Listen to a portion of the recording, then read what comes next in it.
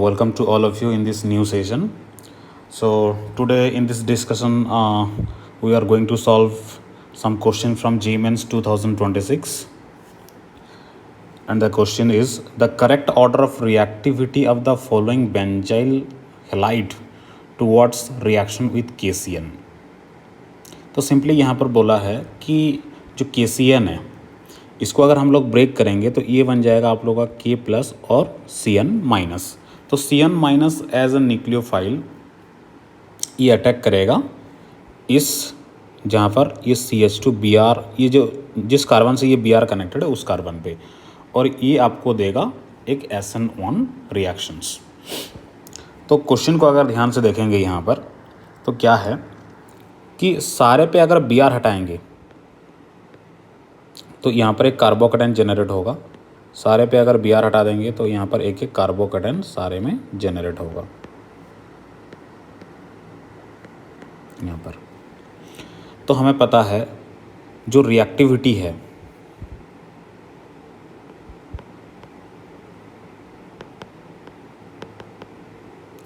वो directly proportional to stability of C plus है, या जो कार्बोकेटाइन मिलेगा उसका स्टेबिलिटी के ऊपर डिपेंडेंट है। तो यहाँ पर अगर स्टेबिलिटी ऑफ कार्बोकेटाइन को अगर हम लोग ध्यान से अगर देखेंगे तो यहाँ पर जो N पर जो लोन पेयर है वो बहुत ज़्यादा डोनेट करेगा, मतलब ये आपको शो करेगा plus M as well as minus I। अगर जो जो OH कनेक्टेड है, जो A ऑप्शन है, यहाँ पर अगर देखेंगे तो ये भी लोन पेयर इसको डोनेट करेगा जो कि प्लस M और माइनस I है। तो OH और NH2 में अगर ध्यान से देखेंगे तो जिसका इलेक्ट्रोनेगेटिविटी बहुत ज़्यादा कम है वो इजीली डोनेट करेगा, और in between oxygen and nitrogen का जो लोन पेयर है वो इजीली डोनेट हो सकता है क्योंकि इसका इलेक्ट्रोनेगेटिविटी लेस है। तो ये through the plus M electron को डोनेट करेगा और ये एक्ट करेगा as a electron releasing group. ये आप लोगों का इलेक्ट्रॉन रिलीजिंग ग्रुप है। तो इस कारण से वजह से ये जो B है वो बहुत ज़्यादा स्टेबल कार्बोकेटाइन होगा। तो ऐसे वाला ऑप्शन देखेंगे जहाँ पर B बहुत ज़्यादा स्टेबल है या उसका रिएक्टिविटी बहुत ज़्यादा होगा, ऐसा वाला ऑप्शन A और B में है। तो जो D है और जो C है ये ऐसे ही एलिमिनेशन हो चुका है। तो A और B ऑप्शन को अगर एनालाइज करेंगे ध्यान से तो यहाँ पर B और A है और B और A दोनों पर ये सेम है। C और D में आपको पूछा हुआ बेसिकली वहाँ पर ही निकालना पड़ेगा। तो यहाँ पर जो NO2 है, जो C नंबर ऑप्शन में जो NO2 है, ये आप लोगों का माइनस M और माइनस I है जो कि एक इलेक्ट्रॉन विड्रॉइंग ग्रुप है। तो ये कार्बोकेटाइन को बहुत ज़्यादा अनस्टेबल कर देगा। लेकिन जो D ऑप्शन है जहाँ पर ये मेटा पोजीशन पे जो NO2 कनेक्टेड है, तो मेटा पोजीशन पे यहाँ पर ओनली माइनस I वार्क करेगा। दैट मीन्स ये भी आप लोगों का एक इलेक्ट्रॉन विड्रॉइंग ग्रुप है। तो माइनस I जो D वाला ऑप्शन है ये थोड़ा सा ज़्यादा स्टेबल होगा C से। तो इसके वजह से जो B है वो आप लोगों का करेक्ट आंसर हो जाएगा, जो A नहीं होगा। Then we will move to another questions. GMANS 2026 का और एक क्वेश्चन है, the correct order of the rate of the reaction of the following reactant with nucleophile by SN1 mechanism. ये क्लियरली बोल दिया कि भाई SN1 मैकेनिज्म में किसका रिएक्टिविटी बहुत ज़्यादा फास्ट है। तो SN1 में पहला क्या होता है, जो Br है, जो भी X है, वो जो भी हेलोजन कनेक्टेड होगा वो पहले क्या हो जाएगा, लीव हो जाएगा और उसके करस्पॉन्डिंग एक कार्बोकेटाइन फॉर्मेशन होगा। तो जो फर्स्ट A है, जो फर्स्ट वाला कंपाउंड है, वहाँ पर जो कार्बोकेटाइन फॉर्मेशन होगा आप लोगों का ये वाला कार्बोकेटाइन फॉर्मेशन होगा। ये कार्बोकेटाइन ये आप लोगों का फर्स्ट का कार्बोकेटाइन है। जो सेकंड पे Br रिमूव होने के बाद आपको जो कार्बोकेटाइन बनेगा ये वाला कार्बोकेटाइन बनेगा जो कि सेकंड में है। थर्ड में आप लोगों का ये बनेगा, दैट मीन्स यहाँ पर C प्लस है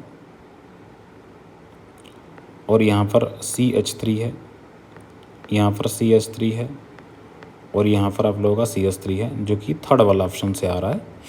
और जो फोर्थ है वहाँ से Br रिमूव होने के बाद जो कार्बोकेटाइन बनेगा ये कार्बोकेटाइन ये वाला होगा, यहाँ पर पीएच है, पीएच मतलब फिनाइल रिंग है, बेंजीन रिंग वहाँ पर प्रेजेंट है, और यहाँ पर पीएच है जो कि IV वाला ऑप्शन है।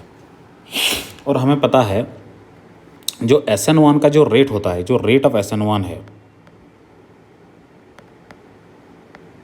जो रेट ऑफ SN1 रिएक्शन है वो directly proportional to stability of carbocation होता है, स्टेबिलिटी ऑफ कार्बोकेटाइन ही होता है।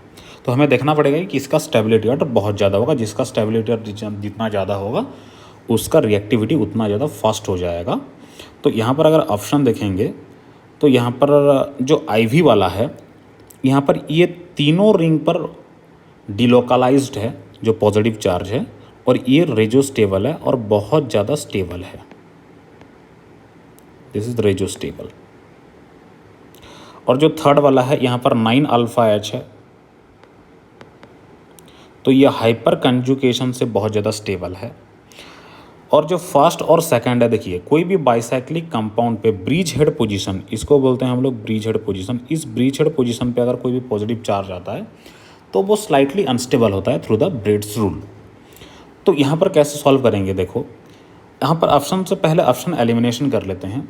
तो वो बहुत ज़्यादा स्टेबल होगा वो रेजो स्टेबल IV वाला ऑप्शन है। तो IV वाला ऐसा ऑप्शन 3 है, तो ये जो B वाला ऑप्शन है ये तो ऐसे ही एलिमिनेशन हो चुका है, ये होगा नहीं, पहली बात। उसके बाद देखते हैं कि जो उसके बाद कौन आएगा, थर्ड वाला आएगा। तो ऐसे एलिमिनेशन हो जाएगा, ऑप्शन A एलिमिनेट हो चुका है। हमारे पास 2 बचा हुआ है, IV थर्ड दोनों ऑप्शंस पे है। अभी हमें चेक करना है कि जो फर्स्ट और सेकंड में बहुत ज़्यादा स्टेबल कौन होगा, क्योंकि दोनों ही पोजीशन पे, ब्रिजहेड पोजीशन पे पॉजिटिव चार्ज या कार्बोकेटाइन है, तो दोनों ही ऐसे स्लाइटली अनस्टेबल है। फिर भी अगर कंपैरिजन अगर करेंगे तो ये जो ब्रिजहेड पोजीशन पे नंबर ऑफ कार्बन जहाँ पर जितना ज़्यादा होगा वो उतना ज़्यादा स्टेबल है। दैट मीन्स यहाँ पर नंबर ऑफ कार्बन कहाँ पर बहुत ज़्यादा स्टेबल है, ब्रिजहेड पोजीशन पे, फर्स्ट पे बहुत ज़्यादा स्टेबल है, तो ये मोर स्टेबल हो जाएगा। तो ऐसे अगर ऑप्शन देखेंगे तो जो D वाला ऑप्शन है IV, उसके बाद थर्ड आएगा, उसके बाद जो फर्स्ट आएगा, उसके बाद सेकंड आएगा, तो D is the correct answer, C नहीं होगा। ये आप लोगों का JEE Mains 2026 का क्वेश्चन है। देन आगे बढ़ते हैं, जो भी क्वेश्चन आया है यहाँ पर बोला है कि the dibromo compound P with molecular formula C9H10Br2 when treated with excess sodamide followed by treatment with dilute HCl gives Q. Okay.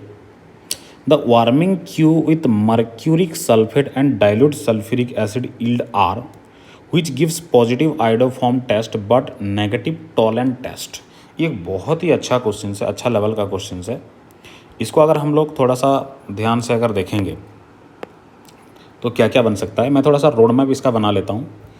ये बोल रहा है कि कोई एक कंपाउंड P है, ठीक है, P है जिसका मॉलिक्यूलर फॉर्मूला गिवन है C9H10Br2 when treated with excess sodamide. ये एक्सेस सोडामाइड से रिएक्टेड है, मतलब NaNH2 से रिएक्टेड है, ये एक्सेस पर है। उसके बाद बोला है कि followed by treatment with dilute HCl, और यहाँ पर उसके बाद ट्रीटमेंट किया गया है डाइल्यूट HCl के साथ। तो ये एक कंपाउंड देता है Q, ठीक है। On warming Q with mercuric sulphate, ये जो Q है इसको हम लोग रिएक्शन करेंगे, मर्क्यूरिक सल्फेट मतलब HgSO4, this is mercuric sulphate, and dilute H2SO4, dilute sulphuric acid, ये आपको देगा R, ये R देगा। और उसके बाद कंडीशन लगा है कि जो R है ये आयोडोफॉर्म टेस्ट देगा, ये देगा आयोडोफॉर्म टेस्ट।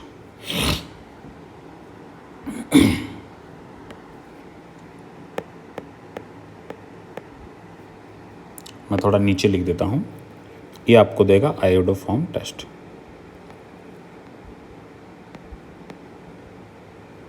ये आयोडोफॉर्म टेस्ट देगा। मैं थोड़ा इसको जूम कर लेता हूँ ताकि आपको अच्छे से क्वेश्चन समझ में आ जाए। और ऊपर से बोला है कि बट नेगेटिव टोलेंस टेस्ट, मतलब ये टोलेंस टेस्ट नहीं देता है, ये टोलेंस टेस्ट नहीं देगा। रिएक्शन सीक्वेंस को अगर हम लोग ध्यान से अगर देखेंगे यहाँ पर, तो यहाँ पर जो HgSO4 और डाइल्यूट H2SO4 ये कहाँ किसके साथ रिएक्शन करता है, कि बेसिकली अल्काइन के साथ रिएक्शन करता है। तो यहाँ पर ऐसा वाला ऑप्शन देखेंगे जहाँ पर कोई भी अल्काइन से आप लोगों का एल्डिहाइड और कीटोन बनेगा, जहाँ पर जो आयोडोफॉर्म, अच्छा ये पहले से बोले कि आयोडोफॉर्म टेस्ट देगा, उसका मतलब जो R है, R के पास CH3 C11O ये वाला ग्रुप जरूर होगा,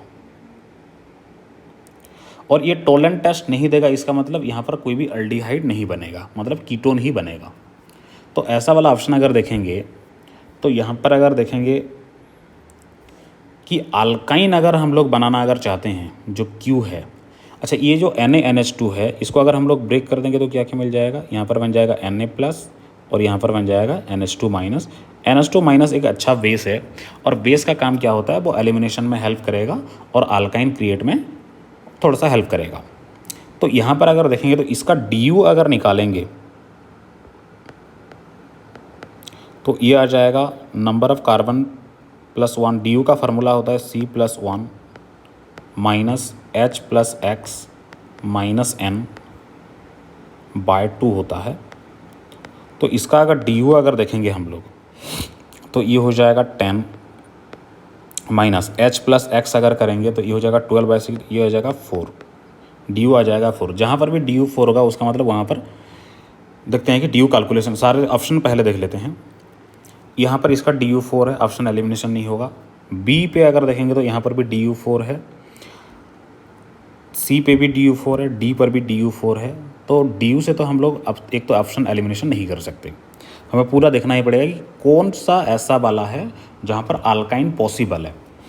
जो ऑप्शन ए में अगर ट्राई करेंगे तो यहाँ पर अल्काइन पॉसिबल नहीं है, ये मैक्सिमम अल्कीन ही बनाएगा, तो ऑप्शन ए ऐसे ही एलिमिनेशन हो चुका है। ऑप्शन बी ये भी आप लोगों का क्या नहीं बनाएगा, अल्काइन नहीं बनाएगा, ये भी नहीं हो सकता। ऊपर से अगर और ध्यान से अगर देखेंगे तो जो ऑप्शन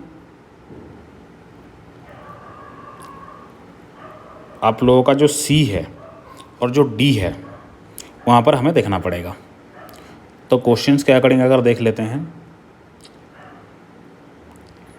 ये बोला कि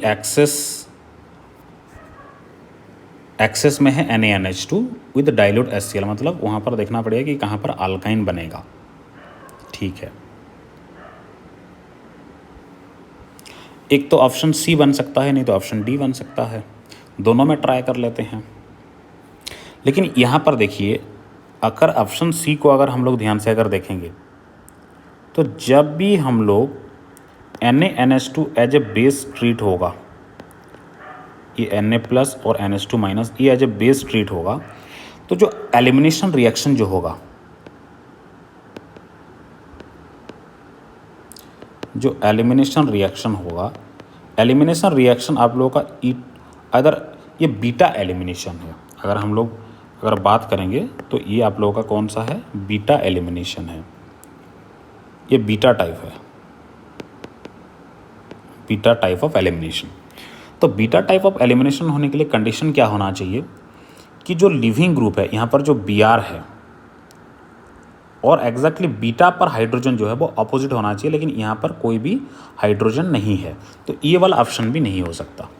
ऑप्शन हो जाएगा डी। हम लोग एक बार क्रॉस चेक करके देख लेते हैं। यहाँ पर अगर NaNH2 के साथ अगर ट्रीट करेंगे एक्सेस पे,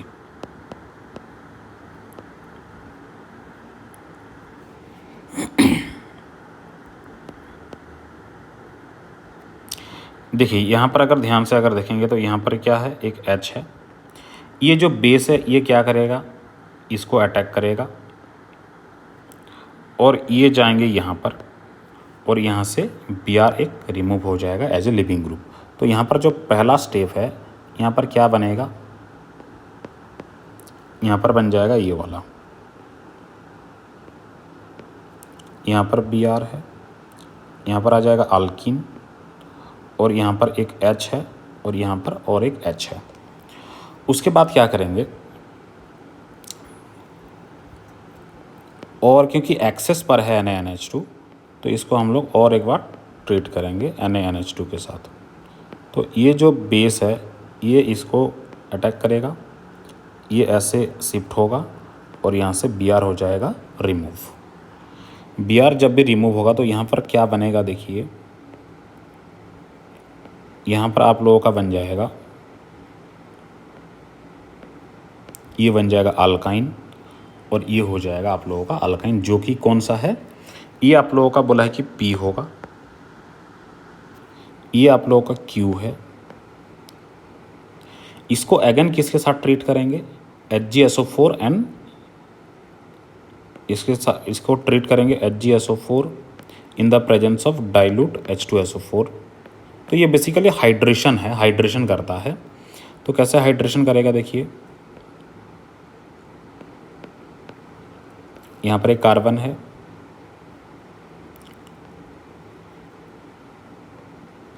ये बन जाएगा आप लोगों का इनॉल, क्योंकि यहाँ पर जो H2O का OH माइनस है यहाँ पर ये ब्रेक करेगा, तो ये बन जाएगा इनॉल। इसको अगर हम लोग ट्रीट करेंगे मतलब टैटोमरिज्म, ये टैटोमरिक फॉर्म में रहेगा, ये टैटोमरिक फॉर्म में रहने के बाद ये कन्वर्ट हो जाएगा आप लोगों का इस फॉर्म पे।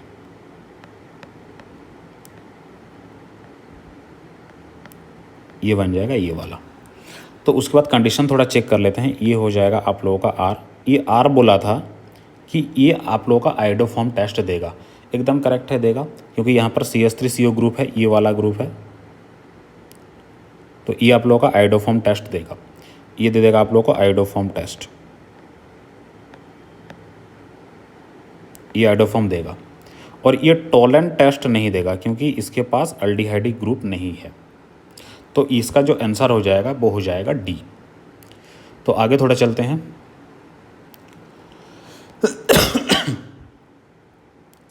JEE 2026 में और एक बहुत ही अच्छा क्वेश्चन आया है। बेसिकली ये आप लोगों का कुछ परसेंटेज वगैरह दे रखा है, थोड़ा सा क्वेश्चन हम लोग पढ़ लेते हैं जो भी गिवन है। यहाँ बोला consider the following reaction sequence. यहाँ पर बोला कंपाउंड X है जहाँ पर सारे डाटा गिवन है कि 76.6% ऑफ कार्बन है, 6.3% ऑफ हाइड्रोजन है एंड वेपर डेंसिटी 47। अगर वेपर डेंसिटी अगर आपको पता है तो इसका हम लोग मोलार मास निकाल सकते हैं। मोलार मास का जो फार्मूला है, जस्ट अ मिनट, जो मोलार मास का जो फार्मूला है ये आ जाएगा आप लोगों का ट्वाइस ऑफ वेपर डेंसिटी। तो यहाँ पर अगर करेंगे तो 2 × 47 अगर करेंगे तो ये आ जाएगा आप लोगों का 94, ये आ जाएगा 94। अच्छा, यहाँ पर अगर ध्यान से अगर देखेंगे तो CO2 NaOH और जो हाई प्रेशर है उसके बाद हाइड्रोलिसिस किया गया है। तो रिएक्शन सीक्वेंस अगर आपको अच्छे से अगर याद है तो ये कोल्ब्स रिएक्शन का रिएजेंट है। ये जो फर्स्ट और सेकंड में जो जितना भी रिएजेंट है ये आप लोगों का कोल्ब्स रिएक्शंस का रिएजेंट है। बेसिकली ये कोल्ब्स रिएक्शन है। तो हम लोग एज्यूम कर सकते हैं कि जो ये जो कंपाउंड है मोस्ट प्रोबेबली फिनॉल होगा। हम लोग क्रॉस चेक भी करेंगे, उसका मोलर मास हम लोग कैलकुलेशन करेंगे। अगर 94 अगर आता है तो ये जो X कंपाउंड है ये क्या हो जाएगा आप लोगों का फिनॉल ही होगा। तो फिनॉल का जो फार्मूला है, जो फिनॉल का जो मॉलिक्यूलर फार्मूला है ये होता है C6H6O होता है। इसका मोलर मास अगर कैलकुलेशन करेंगे तो ये हो जाएगा 6 × 12 + 6 प्लस ये हो जाएगा 16, तो ये हो जाएगा 72 प्लस यहाँ पर 6 + 16। अगर ये अगर करेंगे तो 6 + 6 12 + 2 14 का 4 1, ये हो जाएगा 7 on 1 8 94। तो ये जो X है ये एकदम फिनॉल का मोलर मास के साथ ये पूरा एकदम मैच्ड हो रहा है। तो ये हो जाएगा ग्राम पर मोल, ये आप लोगों का फिनॉल ही है। तो यहाँ पर जो X है ये आप लोगों का क्या है, फिनॉल है। तो यहाँ पर जो X है ये आप लोगों का हो जाएगा phenol, this is your phenol. ये पूरा क्लियर कट फिनॉल ही है जिसका वेपर डेंसिटी ऑलरेडी दे दिया है 47। तो इसका जो मोलर मास है ये हो जाएगा आप लोग का twice of vapour density that is 94। हमने ऑलरेडी कैलकुलेशन भी कर चुके हैं फिनॉल का। तो ये जो रिएजेंट दे रखा है यहाँ पर, इसको अगर हम लोग पूरा रिएक्शन अगर लिखा जाए तो यहाँ पर दिया है कि CO2 NaOH, और जो भी हाई टेम्परेचर और हाई प्रेशर गिवन है, और बाद में किया गया है कि हाइड्रोलिसिस भी किया गया है। तो ये कोल्स रिएक्शन है, पूरा एग्जैक्ट कोल्स रिएक्शन का क्वेश्चन है। तो यहाँ पर जो प्रोडक्ट निकलेगा, ये हो जाएगा आप लोगों का OH और ये हो जाएगा COOH। बेसिकली ये सैलिसिलिक एसिड है जो कि Y है। ये जो Y है आप लोगों का, ये क्या है आप लोगों का सैलिसिलिक एसिड है।